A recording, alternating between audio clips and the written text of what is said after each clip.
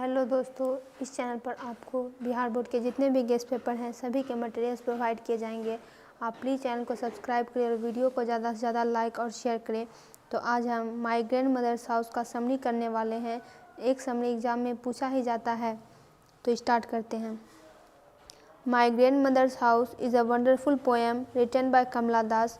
My grandmother house एक बहुत ही सुंदर कविता है जो कि कमला दास के द्वारा लिखी गई है। In this poem the poetess describes a particular house. Particular यानी विशेष। इस कविता में जो कवित्री है वो एक विशेष प्रकार के घर का वर्णन कर रही है। Where she spent sweet days of her childhood, जहाँ पर उन्होंने अपने बचपन के दिनों को मीठी यादों को बिताया था। The poetess says that she lived with her grandmother in the same house during her childhood. कवित्री का कहना है कि इसी घर में वो अपनी दादी माँ के साथ रहती थी जब वो बहुत छोटी थी, यानी अपने बचपन के दिनों में। The house belonged to her grandmother. वो घर जो है दादी माँ का घर था, कवित्री की दादी माँ का घर था। She got love from her grandmother in that house. उस घर में उसे अपनी दादी माँ से बहुत ही प्यार मिलता था। Everything was very good round the house. घर के चारों तरफ सब कुछ बहुत ही अच्छा था। But when her grand mother died, अब क्या हुआ कि अब दादी माँ बहुत बूढ़ी हो चुकी होंगी, तो दादी माँ मर गई। And the speaker began to live in other place. और जो स्पीकर है यानी वक्ता है जो बोल रही है वो दूसरी जगह चली गई रहने के लिए, क्योंकि ये तो अपनी दादी माँ के साथ रहती थी, तो दो लोग थे। तो अब दादी माँ जब मर गई तो सिर्फ स्पीकर रह गई, तो वो भी दूसरे जगह चली गई रहने के लिए। The condition of the house became very bad. अब जो घर की जो स्थिति थी वो बहुत ही बुरी हो गई। Everywhere round that house became pitiable. अब पहले क्या था, घर के चारों तरफ सब कुछ बहुत अच्छा था, लेकिन अब पिटिएबल हो गया, यानी घर के चारों तरफ का वातावरण दयनीय हो गया।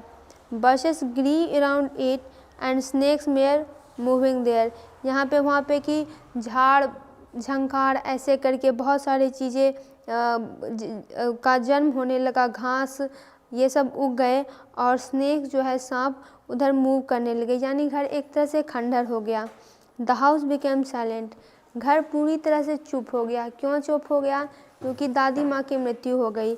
अगर जब दादी माँ थी तब ऐसा कुछ भी नहीं था, तब घर की अच्छी तरह देखभाल की जाती थी, घर की साफ़ सफाई की जाती थी, घर में सांप नहीं आ पाते थे, बशेस ग्रो नहीं हो पाते थे। तो यहाँ पे अब घर पूरी तरह से शांत हो चुका है। The speaker went there to see the house. तो अब कवित्री क्या करती है, वहाँ पे जाती है कि अब मेरा घर कैसा है। When she reached there she got earlier love. लेकिन जब वो वहाँ पे पहुँचती है तो उसे वही पुराना वाला प्यार मिलता है जो कि उसकी दादी उसको दिया करती थी। She saw the house damaged.